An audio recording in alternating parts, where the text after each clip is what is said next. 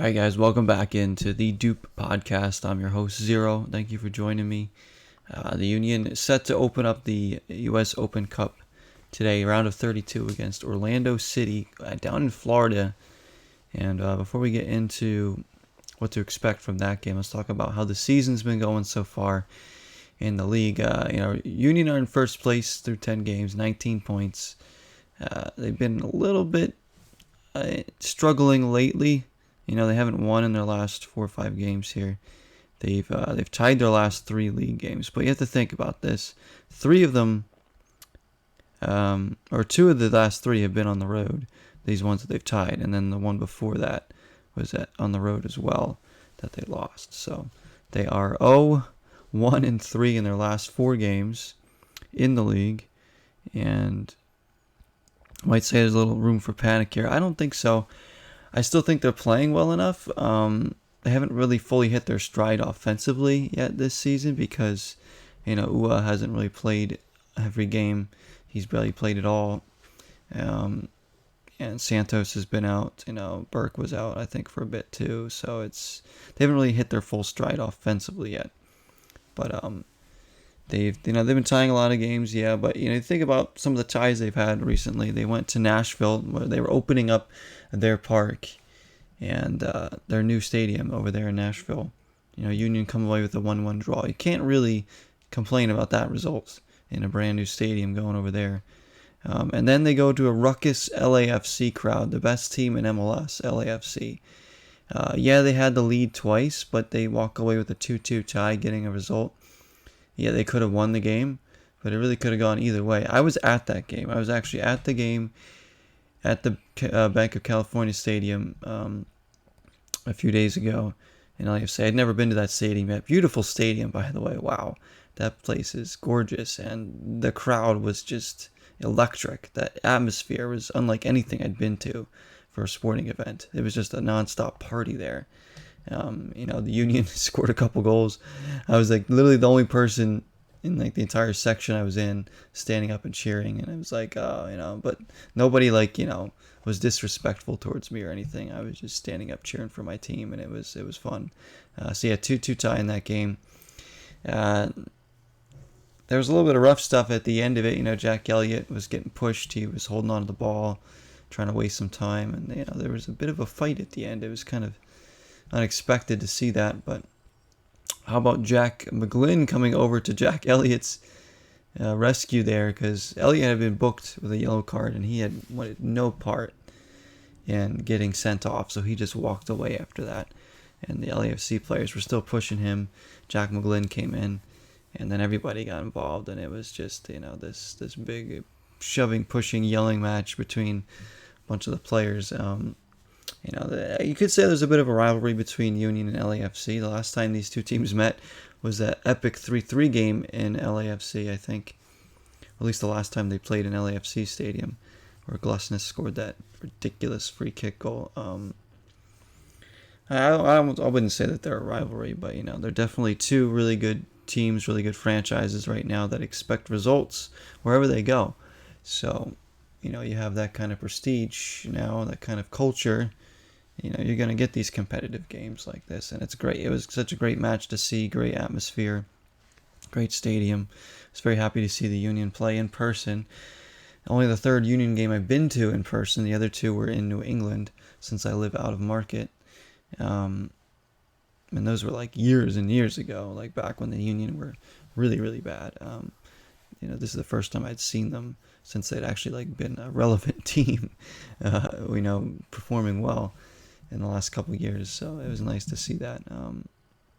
2-2 tie there, 1-1 tie in Nashville. Before the Nashville game, we did tie Montreal at home 1-1.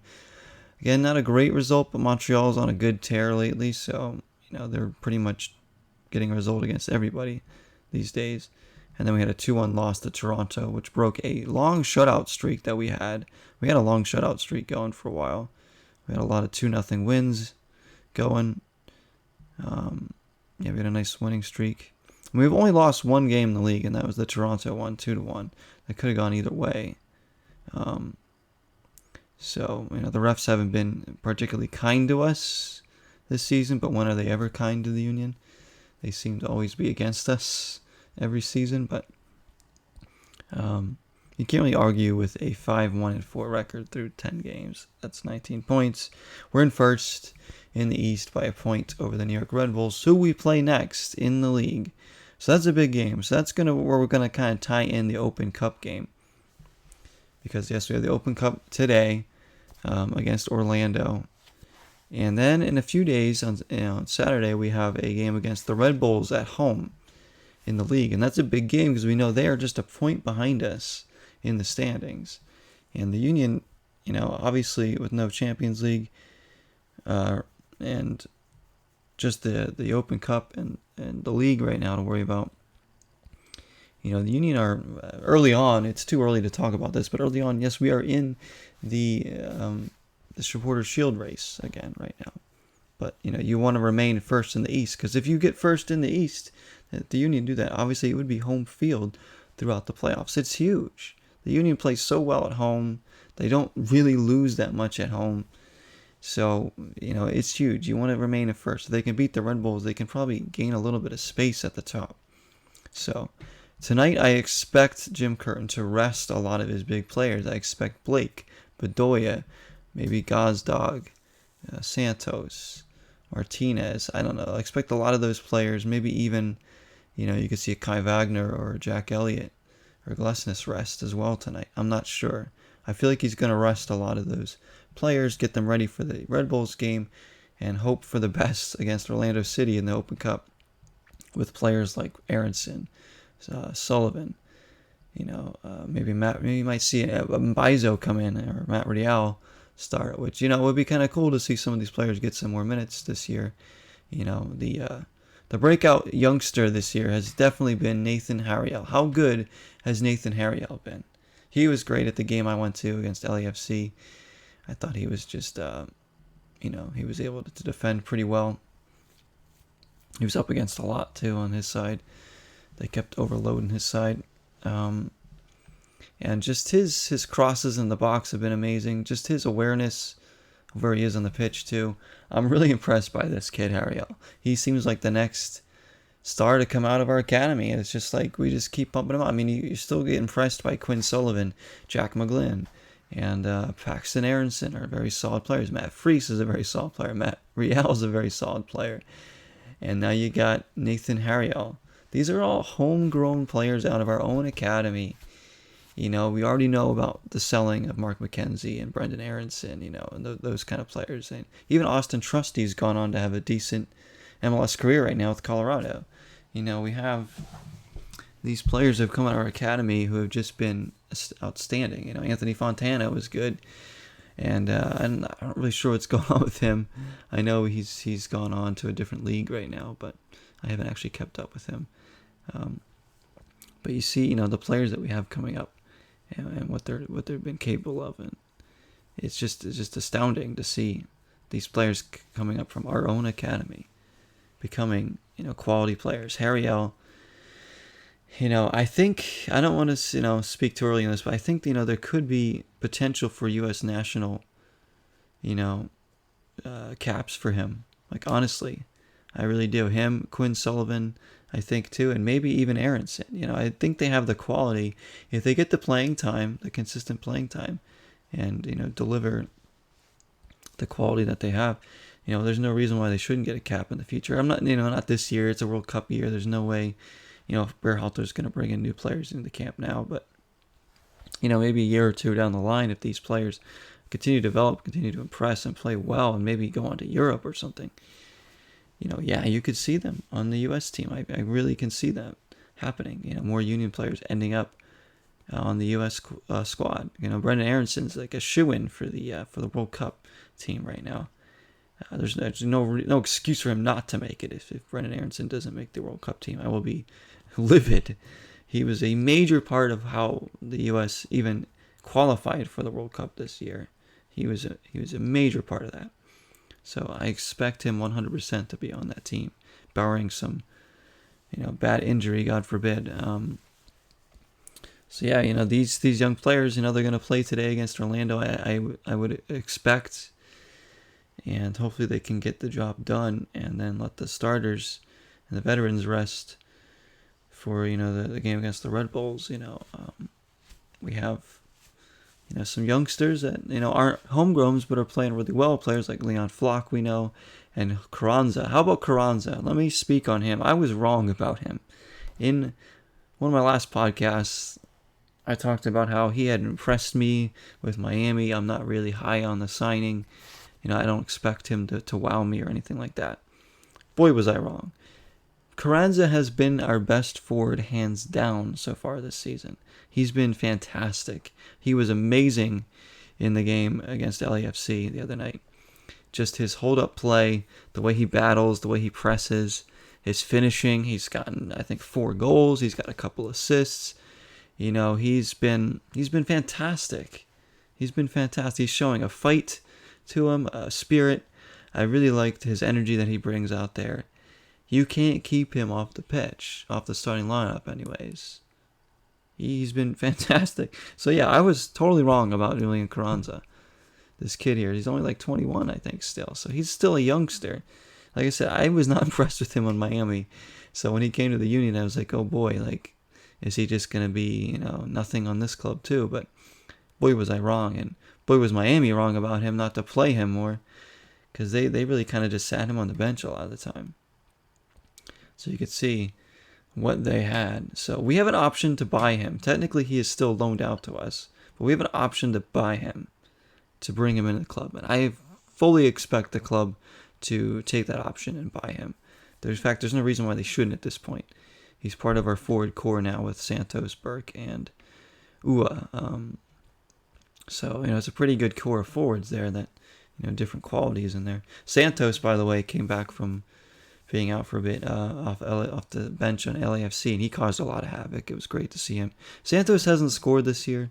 A little disappointing. I know he hasn't played every game, but that's kind of who he is. He's a very inconsistent player. He's an injury-prone player.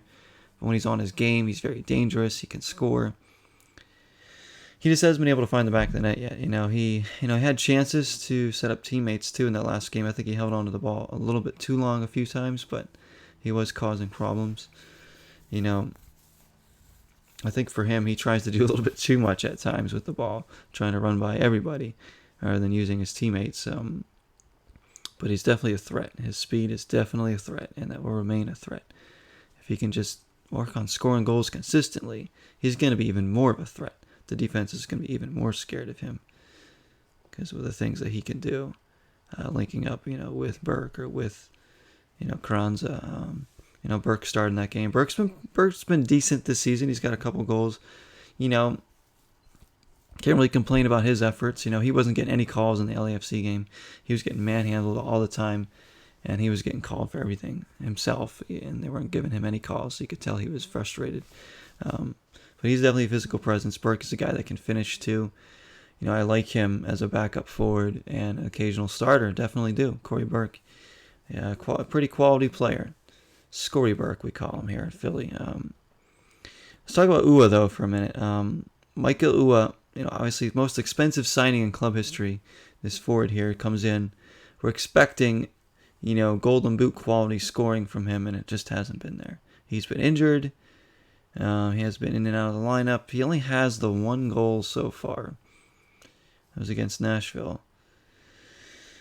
I have to say he hasn't really impressed me too much, though. Even when I've seen him play, his runs seem pretty decent. He's got some pace to him, but he's missed some sitters as well. He should have a couple more. He should have at least 3 goals this season. There's a couple chances I've seen him have that he really should have finished. We're paying him to finish. He hasn't done it, so he's been kind of disappointing, honestly. I mean, I know he's been in and out with injuries and stuff. Hopefully he can get it going. I have no doubt he's going to end up being a decent signing. I can see it there. I can see the qualities he has. That, once he settles in a little bit more, he's going to start scoring some goals. Much like Gazdag took him a bit to settle in. Gazdag we'll talk about in a moment too. But Ua, right now, not very impressed by him. Would love to see him get going, but he's been in and out of the lineup. It's disappointing. It's disappointing. We really wanted that threat of a forward that can score every game that a lot of teams do have, and we've never really had with this club. We're hoping he was the guy, but he just hasn't been yet. But let's see what he can do going forward as he settles in more. Daniel Gazdag, who leads the team in scoring with 5 goals, and he does have a couple assists as well. Gazdag's playing borderline MVP soccer this year. He's been fantastic. He was incredible in the LAFC game. I believe he set up the Carranza goal as well. He was just, or was it? I think it might have been Wagner, actually. Wagner has been good too. Wagner has, I think, 4 assists this year or something. But Gazdag's been really, really good. He's not one of those attacking midfielders, those players that takes over a game. He's not those game breakers like a Carlos Vela or Zelarayan or Carlos Heel. He's not one of those type of players. But he's popping up in these good spots and making things. He's kind of reminds me a bit of Clint Dempsey in a way, because he's like that attacking midfielder who pops up with those late runs in the box and scores those goals. He can beat guys one-on-one off the dribble from every now and then. Kind of like when Dempsey was an attacking midfielder earlier in his career with the New England Revolution. This is kind of how Gazdag reminds me of, at least the play style, similar to that.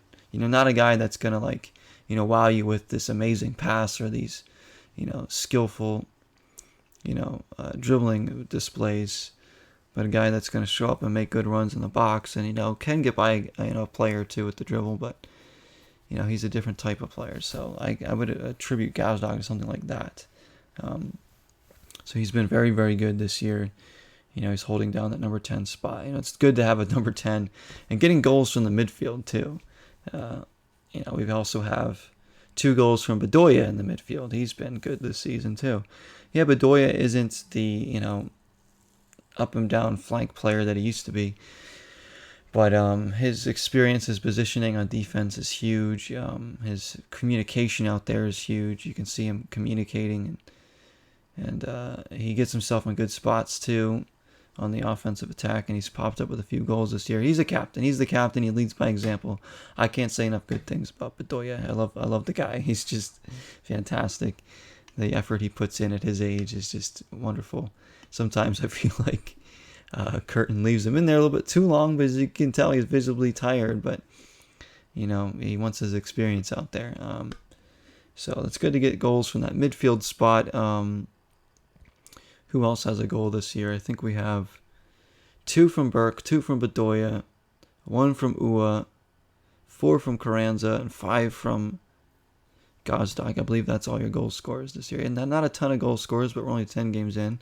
I'd like to see more goals in that midfield position, but we don't have that offense like Flock, Martinez. These guys aren't goal scorers. Flock, as we know, still struggles on the offensive end. But his work rate defensively is just fantastic. He had some unbelievable plays in the LAFC game. To see him in person, running down balls and getting into tackles the way he did was just phenomenal. He was fun to watch. Like, you don't go to a game and be like, oh, you talk about, how many people go to the game and talk about Leon Flock? Well, I am. He was fantastic to watch. I'd never seen him in person play, but the way he was just chasing down everything and his energy was just so contagious. I wanted to run out in the field and play alongside him and help because he was just giving me energy. He was all over the place. He made so many key defensive plays in that game too. Just wonderful. Yes, his offense is still very poor. He had a couple plays where he could have gotten in a better cross and didn't do it. But we're kind of used to that from him now. He gets himself in good offensive positions. He just needs to be able to execute them. And I'm sure that's something he's working on. I'm sure that's something the coaching staff is going over with him. But it just needs to happen, in the run of play. And hopefully it will, because he's got... If he really perfects that part of the game, if he becomes a player that can whip in a really good cross and can get some assists, pop up with a few goals, oh my goodness. He is... Here's another guy we're talking about for the U.S. national team. Because, he's got that defensive effort and energy down pat. And he's pretty good on the ball, too, when he gets it. So, Leon Flock was just a great signing. We just really need him to work on his offensive game.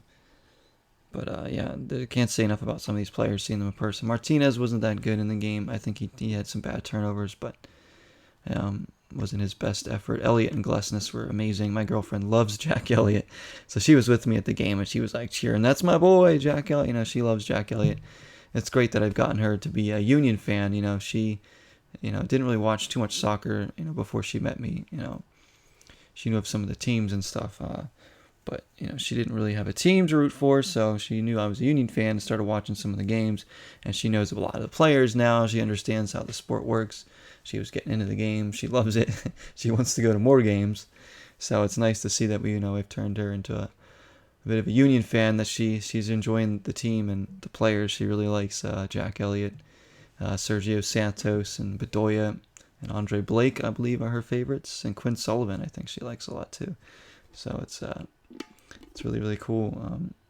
Yeah, it's just a really, really fun game to be at, and the Union today. Hopefully, I'll be able to watch the Open Cup game today. I don't know if I'll be able to get a stream of it. It might be on ESPN Plus though, so maybe I'll be able to watch it on there.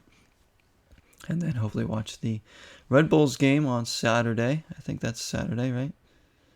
Wednesday, Thursday. I think it's Saturday or Sunday or something. This weekend is the Red Bulls game on the 14th.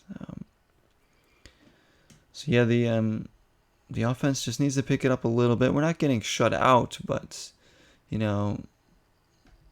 we have other chances. We need the other forwards to start scoring besides Carranza.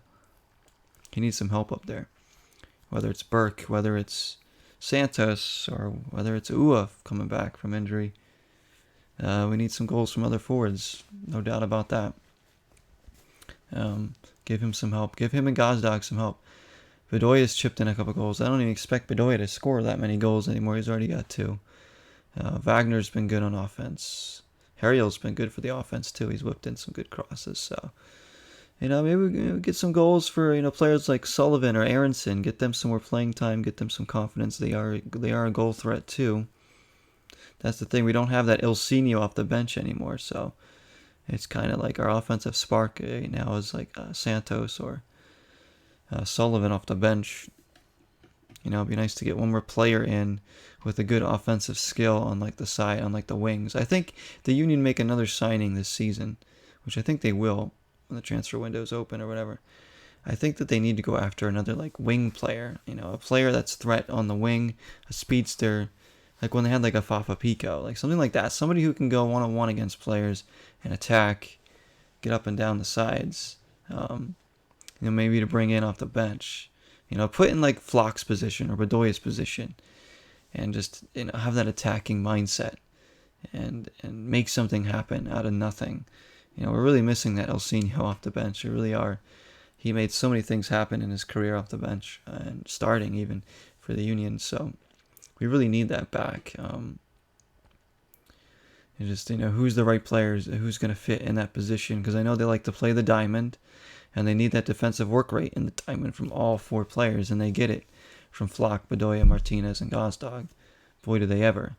There isn't a midfield in the league that works harder than ours on defense. It's unmatchable.